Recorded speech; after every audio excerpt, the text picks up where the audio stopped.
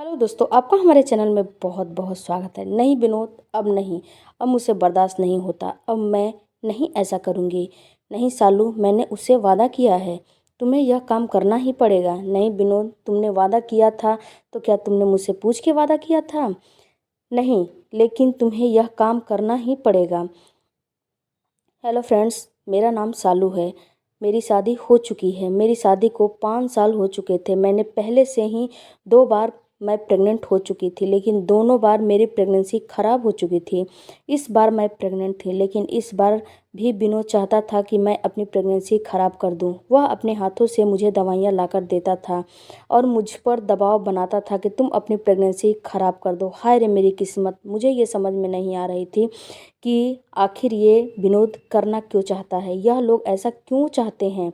यह तो मेरा पति था। उसके साथ साथ उसकी बहनें और उसकी माँ भी यही चाहती थी कि कभी मैं माँ नहीं बनूं, और विनोद भी यही चाहता था कि मैं कभी आप अपना बच्चा ना पैदा करूं। विनोद बार बार यह मुझ पर दबाव डाल रहा था कि मैं उससे वादा किया किया था कि मैं कभी बाप नहीं बनूंगा, तो तुम मेरा विश्वास क्यों नहीं करते? लेकिन मैं 2 बार अपना बच्चा खो चुकी थी, तीसरी बार खोना नहीं चाहती थी। इसीलिए विनोद की बात मैं एक बार भी नहीं सुन रही थी और मैं दवाइयाँ बिल्कुल नहीं खा रही थी।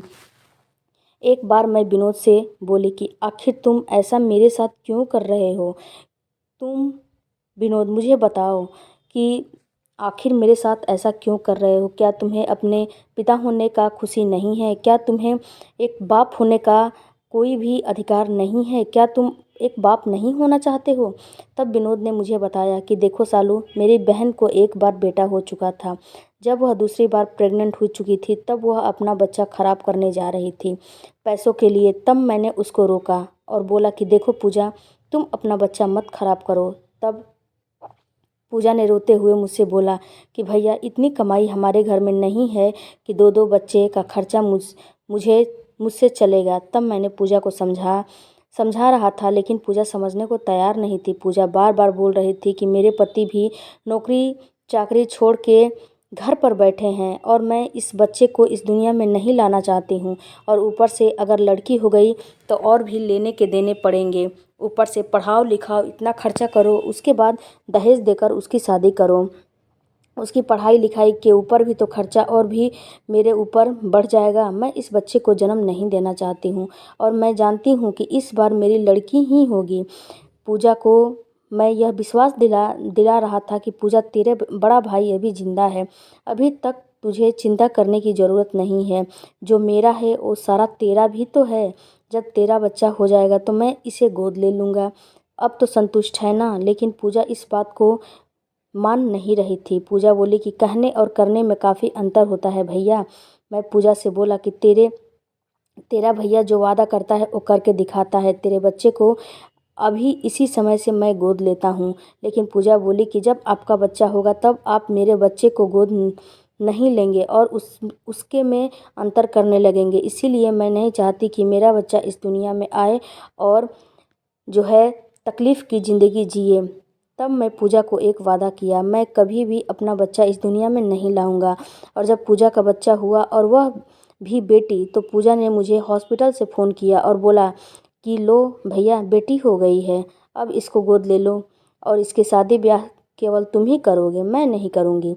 तो मैंने बोला कि ठीक है, अभी मेरी शादी तो हो जाने दो। उसके उस समय मेरी शादी नहीं हुई थी। विनोद की माँ मंजू विनोद की शादी काफ़ी लेट में की थी। विनोद काफ़ी बड़ा हो चुका था। उसकी छोटी बहन पूजा की शादी हो चुकी थी। जब आस पड़ोस के लोग बोलने लगे कि क्या मंजू, अब तुम अपने बेटे की शादी नहीं करेगी क्या? क्या तेरा बेटा कुंवारा ही रहेगा? क्या ज़िंदगी भर कुंवारा ही अपने बेटे को बैठाएगी? तब मंजू ने अपने बेटे की शादी मुझसे कर दी। तब मैंने बोली कि विनोद, इसमें बात क्या है?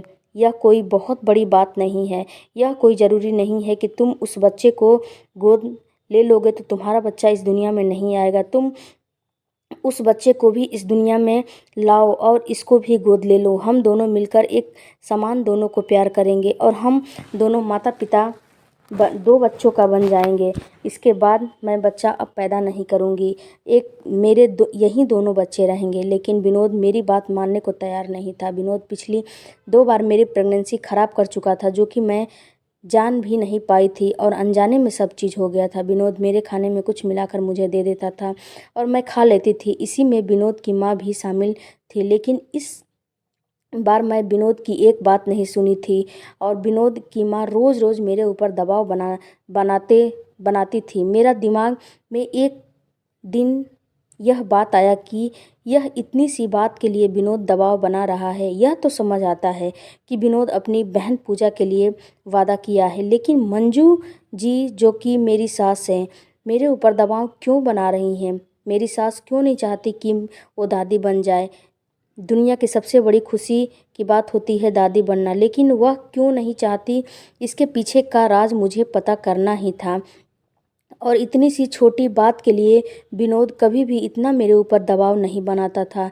बात तो कुछ और ही है जो कि मेरे नज़रों के सामने से छुपी थी और मैं उसको ढूंढना चाहती थी। मैंने उस दिन से मंजू यानी अपनी सास के ऊपर नज़र रखनी शुरू कर दी थी। एक दिन हुआ यूँ कि मेरी सास के मोबाइल का रिचार्ज ख़त्म हो गया था। मेरी सास ने अपने बेटे को बोला कि बेटा रिचार्ज करवा दो। बेटा बोला कि माँ तुम सालू के मोबाइल से दीदी से बात कर लो, मैं जब अपने ऑफिस पहुंच जाऊंगा तो तुम्हारा रिचार्ज करा दूंगा। अभी मैं थोड़ा जल्दी में हूँ क्योंकि मुझे ऑफिस बहुत जल्दी आज पहुंचना है।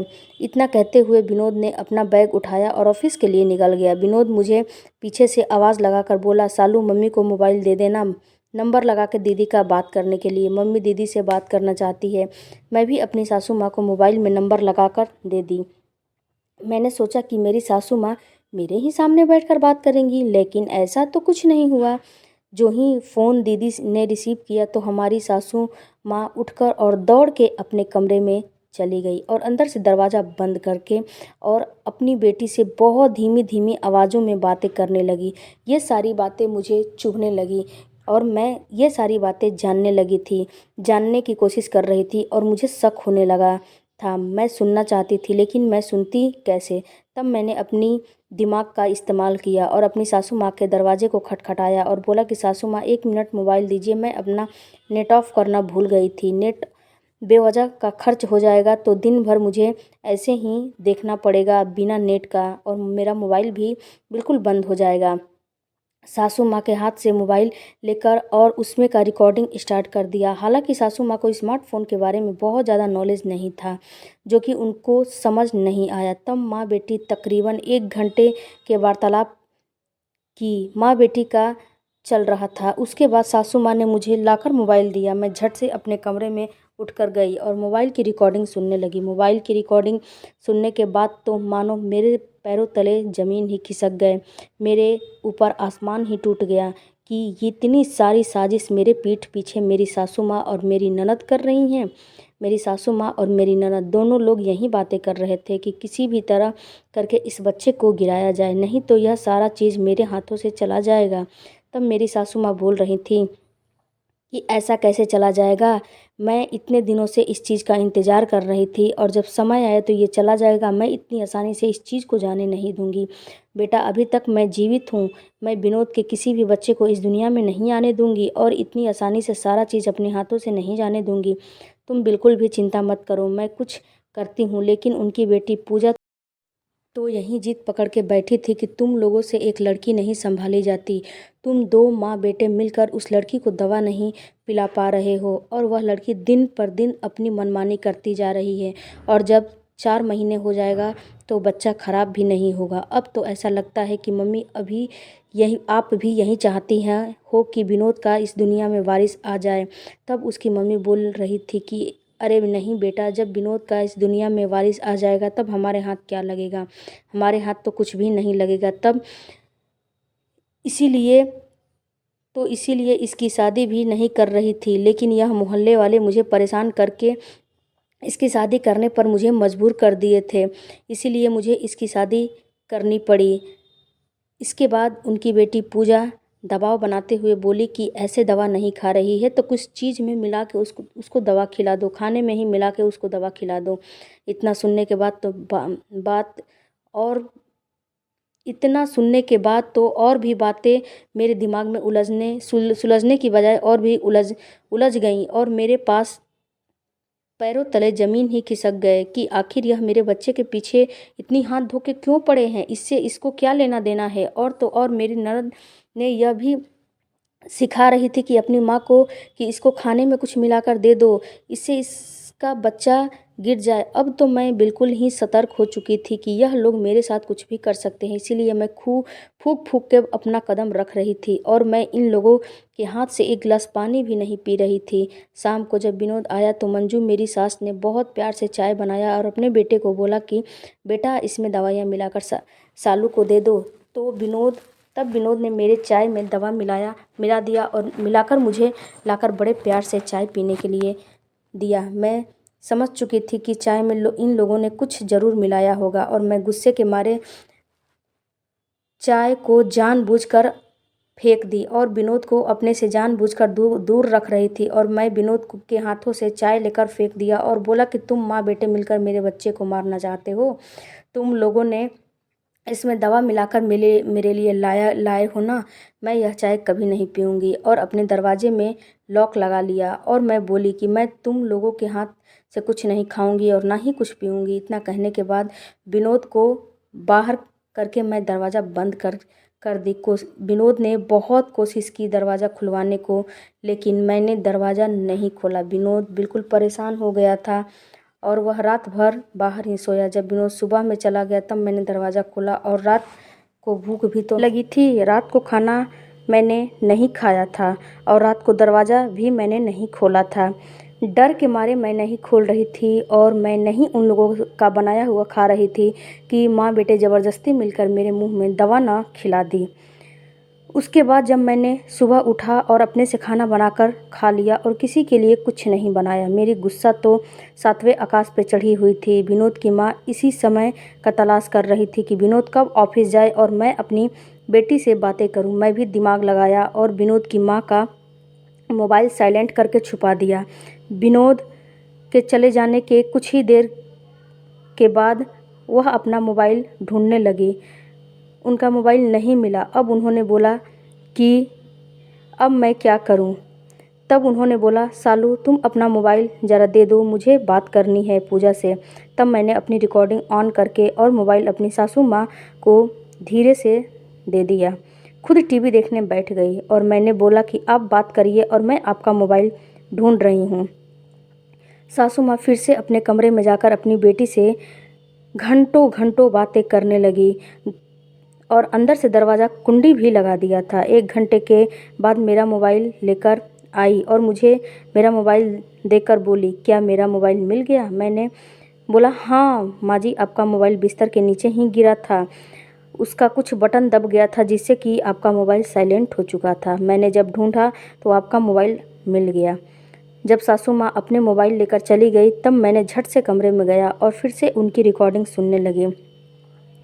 दोनों माँ बेटी की बातें सुनकर तो मुझे अब सारी बातें क्लियर हो चुकी थी कि यह सारी बातें कहाँ से और क्यों शुरू हुई हैं और दोनों माँ बेटी क्यों मेरे इस दुनिया में अजन्मे संतान को ख़त्म करने का अथक प्रयास कर रही हैं। तब दोनों माँ बेटी बातें कर रही थी कि अगर तुम इसके बच्चे को ख़त्म नहीं करोगी तो सारी प्रॉपर्टी हमारे हाथ से चली जाएगी।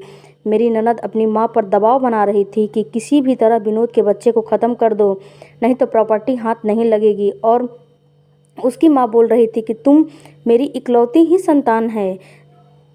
इस सौतेले को आज तक मैं झेल रही थी, लेकिन अब नहीं झेलूंगी। यह बच्चा जब ख़त्म हो जाएगा तो मैं इसको धीरे से बहला फुसला कर ले जाकर इसकी पत्नी का ऑपरेशन करा दूंगी। कभी यह पिता बन ही नहीं पाएगा और लास्ट में तुम्हारे बच्चे को इन लोगों को गोद लेना ही पड़ेगा।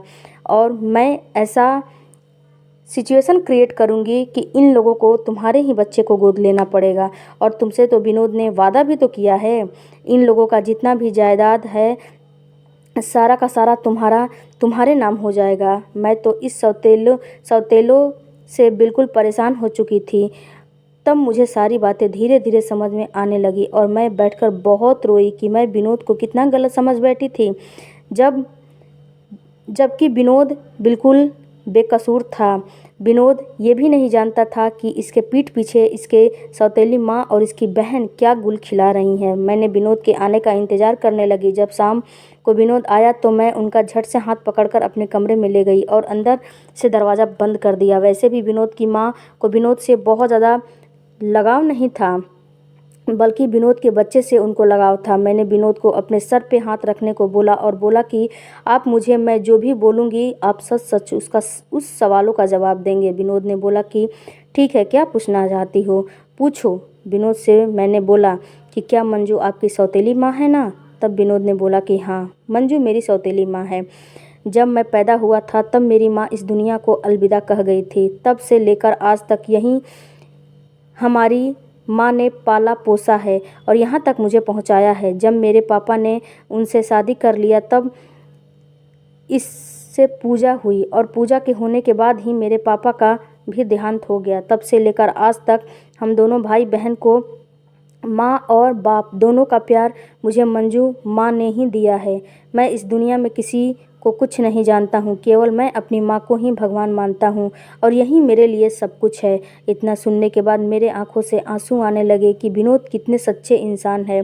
तब मैं विनोद से बोली कि आप यहाँ थोड़ी देर बैठिए मेरे पास और मैं थोड़ा सा आपको कुछ बताना चाहती हूँ। तब विनोद बैठा और मैं विनोद के सामने पूरी की पूरी रिकॉर्डिंग खोल कर रख दी। विनोद जब पूरी रिकॉर्डिंग सुन लिया तब विनोद की उसकी आंखों से आंसू आने लगे और उसने बोला कि मेरे जायदाद के लिए मेरी माँ मेरे बच्चे को इस दुनिया में नहीं आने देती थी। केवल इतनी सी बात थी।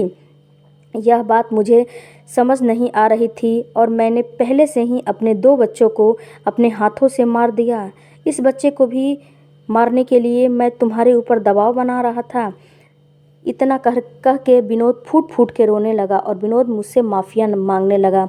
विनोद बोला कि आखिर सौतेला सौतेला ही होता है, जो कि मेरी माँ और बहन ने मुझे रंग दिखा दिया। आज तुमने मेरी आंखें खोल दी। और विनोद ने मेरा हाथ पकड़ा और मोबाइल लिया और माँ के सामने रिकॉर्डिंग खोलकर रख दी। अब तो मंजू अक्का बक्का हो गई और मंजू के पैरों तले ज़मीन ही खिसक गया कि यह क्या हो गया।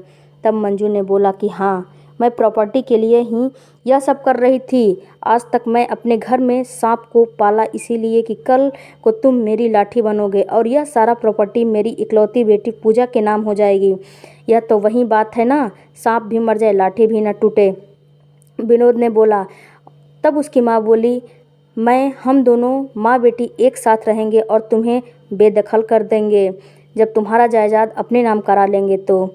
इतना सुनने के बाद विनोद की आंखों से आंसू आने लगे और विनोद बोलने लगा कि माँ, अगर तुम एक बार बोली होती कि मुझे यह प्रॉपर्टी सारी की सारी चाहिए तो मैं हंसता हंसता अपने जान भी तुम्हारे ऊपर न्यौछावर कर देता। प्रॉपर्टी क्या चीज़ है, और आपने मेरे वंश को ही 2-2 बार मेरे ही हाथों से मरवा दिया और तीसरी बार मारने के लिए मेरे हाथों से ही कत्ल करवाया और मेरे वंश को और तीसरी बार भी करवा रही थी। ऐसी माँ से तो अच्छा मैं बिन माँ बाप का बेटा रहता।